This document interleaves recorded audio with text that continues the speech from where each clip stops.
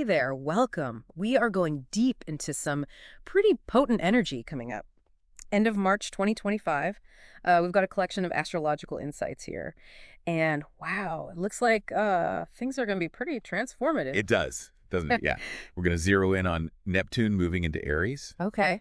And then on top of that, we have a solar eclipse, also in Aries. Oh, So it's like a wow. 1-2 Got punch, the back. back-to-back energy. Yeah. Wow. And so to give everyone a little context, this solar eclipse in Aries, it's the last one in a cycle, an Aries-Libra cycle that we've been in since April 2023. So it feels like a big turning point. Definitely culmination. Yeah. Yeah. Of me versus we. Right. Exactly. That whole, tug of war Exactly. between our individual needs and who we are, and then our relationships and how we relate to others. Yeah. And adding to that, we also have Venus and Mercury retrograding back into Pisces around the same time. So we've got this bold, very Aries energy, but then also this dreamy Pisces thing happening underneath. It's kind of like a complex energetic landscape. Yeah, for sure. A lot of different colors. Yeah. Like different layers. Okay, so our mission in this deep dive is to really understand, what does it mean, Neptune entering Aries, this final eclipse in Aries? What does it mean for, everyone, us, Right. our journey, the collective? Exactly. Let's start unpacking it. Yeah. Let's get into it. So the eclipse happens March 29th, 2025. Yes. At 9 degrees of Aries. Okay.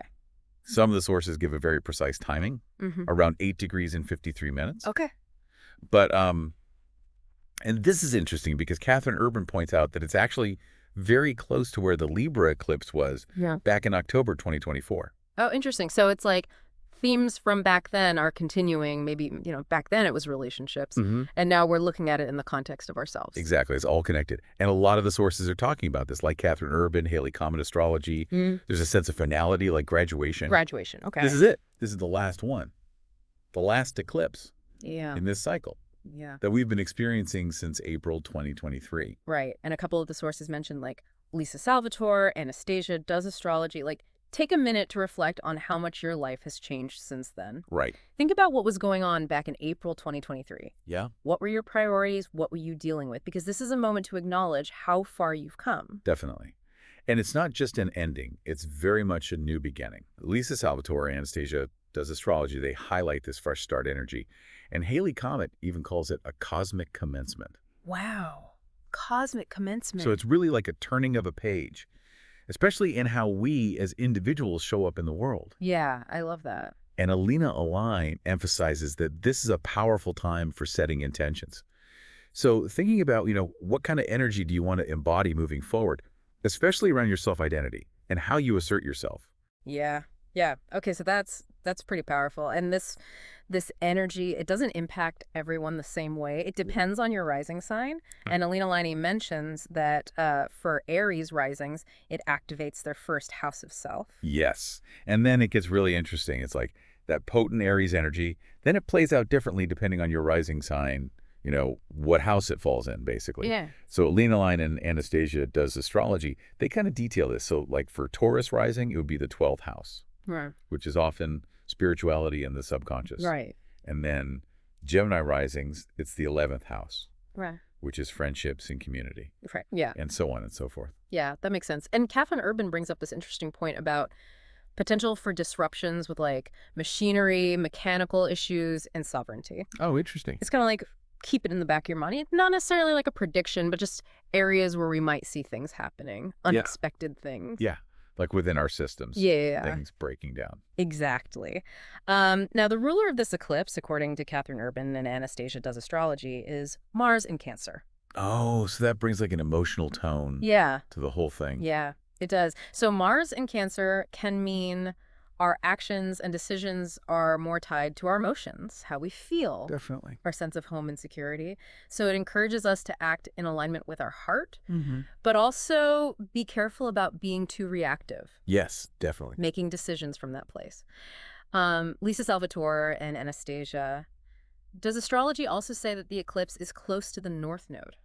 Oh, interesting. What does that mean? Well, the North Node is about our evolutionary path, where we're going. Okay. And so it being close to the eclipse suggests that these new beginnings, they're not just random, they're really aligned with our growth. Yeah. pushing us in the right direction. Yeah. And Anastasia does astrology uses the phrase karmic new beginnings and endings, which, just makes me think about trusting what's unfolding, not trying to force things. Right. Exactly. Yeah. Going with the flow. Go with the flow. And I'm curious, what about specific rising signs? What does it mean for them? Right. So Anastasia does astrology, dives into this. So for Aries risings, the focus is really on the self, Okay. physical health, and maybe taking on leadership roles. Got it. And then it branches out. So Taurus rising, with it being in their 12th house, it's a focus on spirituality, the inner world, Okay. maybe even facing some self-doubt Interesting. that might come up. And then Gemini rising's 11th house. It's Yeah. all about their social connections. Yeah. Okay, that makes sense. And so just quickly, for other rising signs, Yeah. Anastasia Astrology says Cancer risings, career, public life. Leos, knowledge and spiritual understanding. Virgos, intimacy, shared resources. Libras, their relationships. Scorpios, daily routines, health. Sagittarians, creativity, inner child. Capricorns, home and family dynamics. Aquarians, communication, learning. And Pisces, finances and self-worth. So wow. Covers everything. Yeah, really does touch on everything. Okay, so that's the eclipse. Now we've got Neptune moving into Aries right after on March 30th, 2025. And this feels huge. Monumental. It's a very big deal. Pam Gregory and Lisa Salvatore, they both point out that this is the first time Neptune has been in Aries since April 1861. 1861, wow. This is a massive generational shift. Wow, okay. And it's not just a quick visit. It's, Alina Line says it'll be in Aries until 2039. Wow, okay. Although Haley Comet and Pam Gregory mention a retrograde back into Pisces later in 2025, but still it's like, we're getting a taste, Like Lisa Salvatore says, a glimmer of the new. Yeah, sneak peek. Yeah, exactly. And to understand it, I think it's helpful to remember what Neptune represents. And Alina Line, Catherine Urban, Haley Comet Astrology, they all highlight these themes of illusion, spirituality, imagination, escapism, creative flow, and our dreams. And while it was in Pisces, Haley Comet Astrology kind of suggests that it was maybe more dreamy, more romanticized. Pisces is its home sign. Yeah. So maybe it was more at ease there. But Aries is very different. Yeah. It's action, it's drive, it's courage, Yeah, that yeah. impulse to initiate. And this is something that Alina Align, Haley Comet, and Pam Gregory all point out. Yeah. It sounds like Neptune in Aries is like taking those dreams and making them happen, putting them into action. Yeah. Haley Comet even says action to our dreams. Exactly. I love that. Yeah. And Alina Line talks about on a collective level, we might see people being more active and driven in expressing themselves creatively, more people using art for advocacy, for change. Interesting. Yeah. And Pam Gregory wonders if maybe it will soften Aries a little bit, like maybe bring some more spirituality into that, assertive energy. Yeah, interesting. Yeah. And then Catherine Urban, she even talks about maybe pop culture shifting Oh, wow. towards things that are innovative and functional. Cool. Yeah. So, but, of course, there are things to be aware of, too. Right. Challenges. Yeah. Potential downsides. And Alina Align mentions confusion, like around our sense of self, maybe some blurred boundaries in life. Haley Comet talks about questioning our intuition. Right. And warns us about the, quote, Neptune siren song, Oh. which is the allure of illusion, and even scams. Right. So, yeah, just, be careful. Be discerning. Be discerning, exactly. But on the bright side, there are opportunities, right? So Alina Line mentions maybe we'll have stronger confidence in expressing ourselves creatively, spiritually. That's a good. Yeah. And maybe we'll solidify our identity and boundaries through, what happens, the feedback we get. Yeah, the lessons we learned. Exactly. And Pam Gregory talks about new dream launching. And Haley Comet says, the delusion to believe in ourselves. I love that. Yeah, isn't that great? Yes. It's like that leap of faith. Yeah, exactly. I'm curious about the rising signs. Yeah. How will Neptune in Aries affect different rising signs? Right. So it's all about what house it falls in for you. Okay. So Alina Line and Pam Gregory both talk about how for Aries rising, it's going to be a journey of self-discovery Okay. around their identity, their health. Okay. And it's a long journey, like 13 years. Wow. Because Neptune is slow moving. Right. Then for Taurus rising, Neptune's going into their 12th house. Okay. And so this is a deep dive into spirituality, intuition, but also maybe some periods where things feel uncertain. And Yeah. they question everything. That makes sense. And then Gemini risings, Neptune in the 11th house, this can be like blurring of lines and relationships and friendships. Yeah. Okay. Maybe they find deeper connections, but they need to be careful about boundaries. Right. That's what Alina Lion says. Okay, cool. What about the other rising sign? Okay, so Cancer rising, they might see a shift in their career, their public image, Okay. because it's in their 10th house. Mm-hmm. Leo risings, their beliefs and understanding of the world might be challenged and expanded. Okay. 9th house, Virgo rising, might have some boundary issues in their intimate relationships and shared resources. It's 8th house. Got it. Yeah. Libra rising could see changes in their partnerships and how they present themselves to the world. 7th house. Yeah. Scorpio rising, changes in daily routines, health habits, and how they serve others. 5th house, yes. Sagittarius rising, self-expression, and their inner child. Those areas might go through some transformations. 5th house, like Capricorn rising, Yeah. shifts in their home and family life. 4th house, got it. Aquarius rising, they might be more intuitive, but also less focused in their communication and learning. 3rd house, right. And finally, Pisces rising, they might have some confusion around their finances and self-worth. 2nd house, yeah. So, wow. It really touches everyone. It's a long-term influence. Yeah, for sure. So let's talk about, all this Aries and Pisces energy coming together at the end of March 2025. It sounds like a pretty potent mix. It is. It's a lot. Right. So we've got the sun, the moon during the eclipse, and then soon Neptune, all in Aries. Wow. Okay. So new beginnings, taking action, asserting ourselves. Right. But then on the other hand, we have Venus and Mercury retrograding back into Pisces. Right, which is a totally different vibe. Exactly. It's more like going inward, reflection, spirituality, maybe even revisiting the past.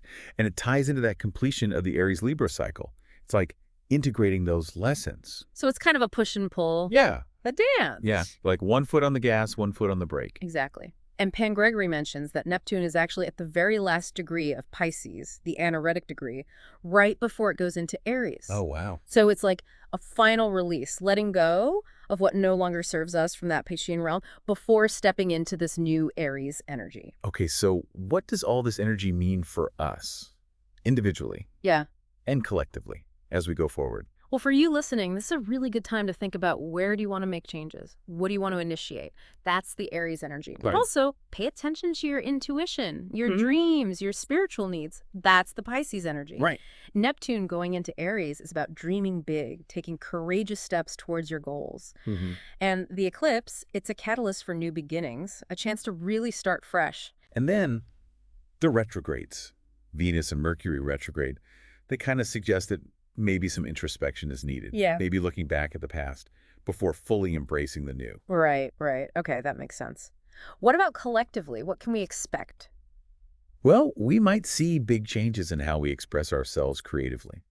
Maybe different kinds of leaders will emerge. Okay. Maybe even our values as a society will shift. Yeah. And that ending of the Aries-Libra eclipse cycle, it could be a turning point in how we balance individual freedom and our connections to others. Yeah. And with that strong Pisces energy in the background, I think there will be a continued focus on compassion, spirituality, maybe even confronting some of the illusions we've been living with. Yeah.